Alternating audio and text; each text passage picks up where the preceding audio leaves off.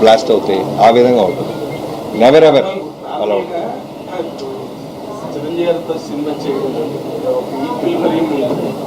కథలు కానీ బాలకృష్ణ గారి దగ్గరికి వచ్చేసరికి ఒక ఫోర్స్డ్ ఇంటెన్సిటీకి బాలయ్య గారి ఫ్యాన్స్ బాగా అలవాటు పడ్డారు.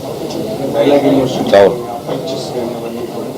ఇదేమో చెప్పేది చాలా బ్యూటిఫుల్గా కథ అన్నట్టుగా మీరు మాట్లాడుతున్నారు. వాటన్నిటితో పాటు అన్న మీరు అండర్లైన్ చేసుకోవాలి, బాలకృష్ణ గారిలో కావాల్సిన ఎమోషను, ఇంటెన్సిటీ, డైలాగ్స్ అన్నిటితో పాటు మిగతా జాగ్రత్తలు, మిగతా హోంవర్క్ ఎఫర్ట్స్ ఎక్కువ పెట్టారు. అంటే ఈ క్యారెక్టరైజేషన్ చేయడానికి ఎన్ని సినిమాలు బాలకృష్ణ గారి కెరీర్లో వచ్చినా, బాలకృష్ణ గారి కెరీర్లో ఎన్ని సినిమాలు వచ్చినా, ఒక సమరసింహారెడ్డి, ఒక నరసింహారెడ్డి, అఖండ, లెజెండరీ సినిమాలన్నీ పట్మని గుర్తొచ్చింది.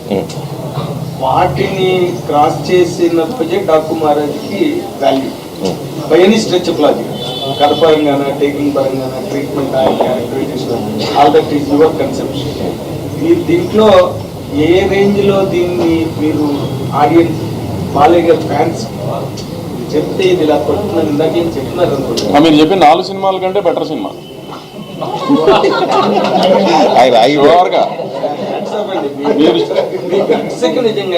సినిమా నేను చూసుకున్నా కదా, గట్స్ నాకు తెలుసు కదా.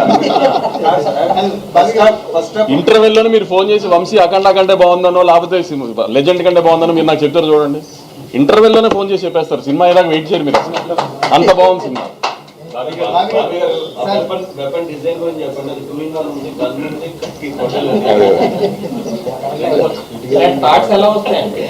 మరి డబ్బులు ఎందుకు ఇస్తారండి బాబు, వాటికే కదా వీళ్ళు డబ్బులు తీసుకుంటేది.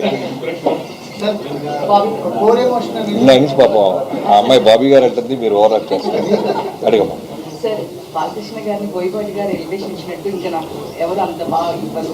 బట్ ఈ సినిమాలు చూస్తే హార్స్ రైడింగ్ అవన్నీ ఎక్కువగా ఉన్నట్టుంది. బాలకృష్ణ గారిని ఏమైనా ఇబ్బంది పెట్టారు, ఎక్కువ యాక్షన్ సీక్వెన్సెస్? అంటే మీరు అన్నట్టు Jan 13th మీరు ఎలివేషన్స్ ఏ రకంగా ఉన్నాయో నా నెంబర్ తీసుకొని ఖచ్చితంగా నాకు ఒకసారి నువ్వు అప్రిషియేట్ చేస్తావని నమ్మకంగా ఉందమ్మా.